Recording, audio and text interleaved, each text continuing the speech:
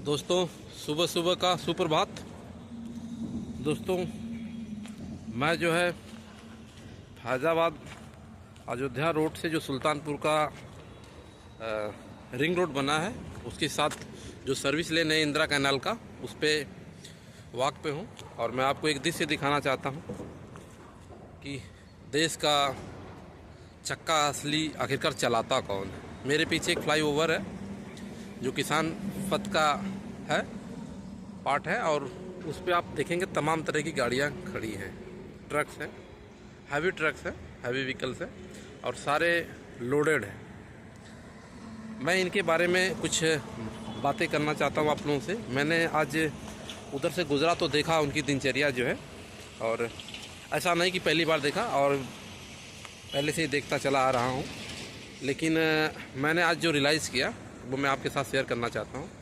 हमारे जो परिवहन एवं सड़क मंत्री हैं माननीय श्री नितिन गडकरी जी, और जब उनका न्यूज़ चैनल पे बातें देखता हूँ तो बड़े अच्छे अच्छे विचार उनके लगते हैं, और आई होप कि वो बहुत अच्छा काम किए हैं इस डिपार्टमेंट में। लेकिन जो असली काम इनके लिए होना चाहिए था वो मेरे दृष्टिकोण से अभी तक नहीं हुआ। मैंने एक दो ड्राइवरों से बात किया, मैं बोला कि आप लोग जो अपना गाड़ी चलाते हैं तो रोड पे आपको क्या सुविधा उपलब्ध होती है। उन्होंने बोला कुछ नहीं, कष्ट के सिवा। अब मैंने बोला किस प्रकार का कष्ट, तो उन्होंने बोला कि जब हम रोड पे आनवे होते हैं तो बहुत सारे ट्रैफिक नियम होते हैं जिनका पालन पूर्णतः नहीं हो पाते हैं, तो उसके कारण जो प्रशासनिक अधिकारियों द्वारा प्रताड़ना दी जाती है। चालान हम लोग भरने के लिए तैयार होते हैं, उसके बावजूद वो मानते नहीं हैं, तमाम तरह की गाड़ियाँ रोक के रखते हैं, जिससे हम लोगों को उनको कुछ डोनेट करके जो निकलना पड़ता है। वो हम लोगों का एक नुकसान बहुत बड़ा होता है। और उधर मालिक जो चिल्लाता है कि आप लोगों ने पकड़वा दिया, ये कर दिया, आपने रख लिया। तो मैंने देखा है यहाँ फैज़ाबाद से जब गाड़ियाँ यूटर्न करती हैं सुल्तानपुर की तरफ, तो यहाँ पे भी कुछ ट्रैफिक है, परिचालक हैं जो देखते हैं, और मैंने देखा है डिस्टर्ब करते हुए गाड़ियाँ। अच्छा, उसके साथ साथ एक और होता है कि जब ये पायलट ट्रैफिक परिचालक को देखते हैं तो अपनी गाड़ी को अनियंत्रित करके जो इधर उधर भागते हैं, तो एक्सीडेंट होने की बहुत संभावना होती है। आए दिन यहाँ पे जो है फैज़ाबाद सुल्तानपुर जो ओवरब्रिज है इसके नीचे एक्सीडेंट होते रहते हैं। अभी तो एक बहुत बड़ा एक्सीडेंट हुआ था, आप लोगों ने न्यूज़ चैनल में देखा होगा। मेन मुद्दा ये है कि जो ये परिचालक, इनकी सरकार द्वारा क्या सुविधा मिलती है। सरकार इनका एक हैवी लाइसेंस बनाती है, उस पर एक अच्छी खासी फीस इन्होंने RTO डिपार्टमेंट को जमा करते हैं, तो बस उसके बाद ये अपना बड़ी गाड़ियाँ चलाने के लिए एप्लीकेबल हो जाते हैं। और बहुत ऐसे ड्राइवर भी मिलते हैं जो नहीं बना पाते हैं आर्थिक किसी के कारण, वो भी अपना चलाते हैं लुक छुप के। लेकिन मैं ऐसे साथियों को कहूँगा कि वो ऐसा न करें, अपना लाइसेंस बनाएं और अपनी नैतिक जिम्मेदारी से भागे नहीं।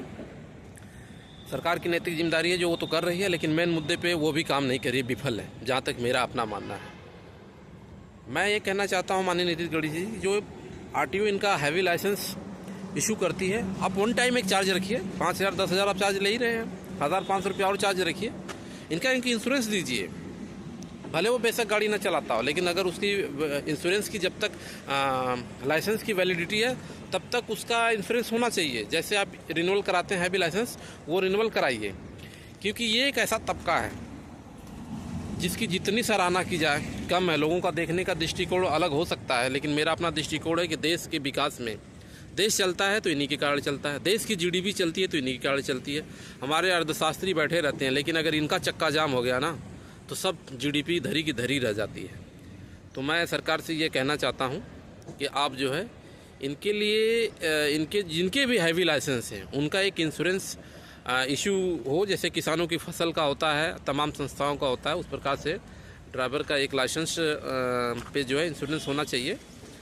मतलब लाइफ टाइम, जब तक इनके ड्राइवर की लाइसेंस की वैलिडिटी है तब तक इनके लाइसेंस की वैलिडिटी होनी चाहिए। उससे इनके फ़ायदे क्या है कि अगर ये जो गाड़ी चला रहे हैं हमारे ड्राइवर्स साथी, तो इनके साथ अगर कुछ अनहोनी होती है तो वह इंश्योरेंस इनको घर वालों को एक मदद करेगा। मैं ज़्यादातर देखता हूं कि अगर किसी के साथ कुछ अनहोनी हो जाती है तो उनके बच्चे बिल्कुल मतलब उनकी ऐसी हालत हो जाती है समाज में कि जीने के लाले पड़ जाते हैं। क्योंकि उनका आय का माध्यम यही होता है। और जब उनके साथ कुछ हो जाता है तो उनके परिवार को देखने वाला कोई नहीं होता है। इवन कि जो मालिक होता है, जो ट्रांसपोर्ट का मालिक होता है, वो भी एक छोटी मोटी रकम दे देता है, कोई अच्छा होता है, नहीं तो वो भी अपना पल्ला झाड़ लेता है कि मेरा मामला नहीं है, क्योंकि ऑलरेडी कोई अनहोनी होती है तो केस बनती है। और गाड़ी का तो इंश्योरेंस होता है, गाड़ी मालिक तो अपनी गाड़ी का जो है अपना वहन कर लेता है, इंश्योरेंस क्लेम कर लेता है, 1 लाख 2-4 लाख अपनी गाड़ी मेंटेनेंस करा लेता है। लेकिन जो ड्राइवर के साथ कुछ हो जाता है तो उनके साथ कुछ भी नहीं मिलता है। सरकार की अगर आर्थिक कोई प्रशासनिक अधिकारी अच्छा है तो कुछ आर्थिक मदद दिला देता है, अदरवाइज उनके साथ कुछ मिलता उलता नहीं है। तो मेरी जो है केंद्र सरकार और राज्य सरकार से यही निवेदन है कि जब भी आप आरटीओ डिपार्टमेंट से अपना एक ड्राइवर का हैवी लाइसेंस इशू करते हैं, आप उसके साथ एक जो है मिनिमम चार्ज का इंश्योरेंस अमाउंट चार्जेबल रखिए, जिसको आप पे कराइए इनसे। जैसे आप बाकी रिन्यूअल के लिए एक मोटी रकम लेते हैं, उसी तरह से इसका भी एक ऐसा अमाउंट फिक्स करके लें जो ये दे सके। और उसके साथ जो है इनको सुविधाएं मिलें कि इनके जब तक वैलिडिटी है लाइसेंस के, उसके दौरान अगर कुछ अनहोनी होती है तो इनके परिवार को एक सपोर्ट मिले।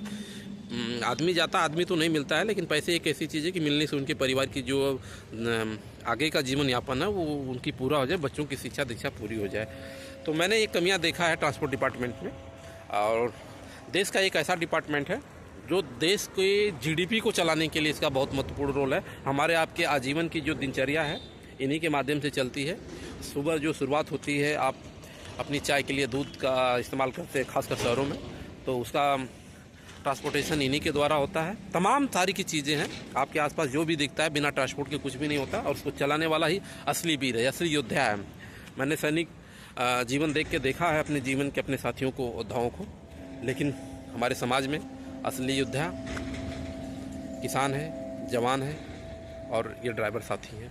इनके बिना हिंदुस्तान का कोई भी कोना अछूता नहीं है जो कि रह सके, और इस पे विचार करने योग्य है। और मैं समाज के उन बुद्धिजीवियों से भी कहूँगा कि अपने विचार जो है किसी न किसी माध्यम में अपने जो प्रतिनिधि हैं उनके जो संपर्क में उनके तक पहुँचाएं कि इनके साथ एक्चुअल में अन्याय हो रहा है, उस अन्याय के साथ जस्टिस करने का काम करें।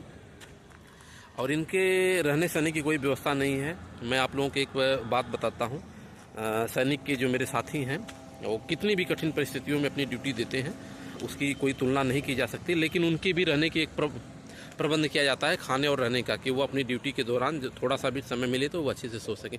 लेकिन एक ऐसा साथी जो देश का है, जो रात दिन अपने घर परिवार से छोड़ के एक रोड पे ही सोता है, रोड पे ही खाता है और रोड पे ही अपनी दिनचर्या करता है, और आपके देश को और समाज को जो ज़रूरत की चीज़ें उसका एक जगह से दूसरी जगह यातायात के माध्यम से पहुंचाता है। इन साथियों के लिए सरकार की तरफ से मैंने कई ऐसे न्यूज़ देखे, ऐड देखे, परिवहन मंत्री के द्वारा कहे गए वक्तव्य भी देखे कि तमाम तरह की सुविधा, लेकिन मैंने कई किलोमीटर लखनऊ के आसपास के इलाकों में देखा कहीं ऐसा कोई प्रबंध नहीं है। और जहाँ होता है वहीं इनको रोक दिया जाता है। कई जगह तो ऐसे रोक दिया जाता है जहाँ पानी का भी प्रबंध नहीं होता है, लेकिन प्रशासन रोक देता है, तो ये अपनी गाड़ियाँ 2-2 3-3 दिन वहाँ पड़े रहते हैं लेके। तो जो योद्धा है ये रोड का जो योद्धा है, इसके साथ जस्टिस सही मानने में नहीं हो रहा है। तो सरकार जो है अपनी जो है थोड़ी सी दया दृष्टि करे और इनके साथ एक सपोर्टिंग इंश्योरेंस का व्यवस्था करे। मेरी यही सरकार से गुजारिश है। इसी के साथ मैं आज ये वीडियो को क्लोज करता हूँ। जय हिंद, जय भारत।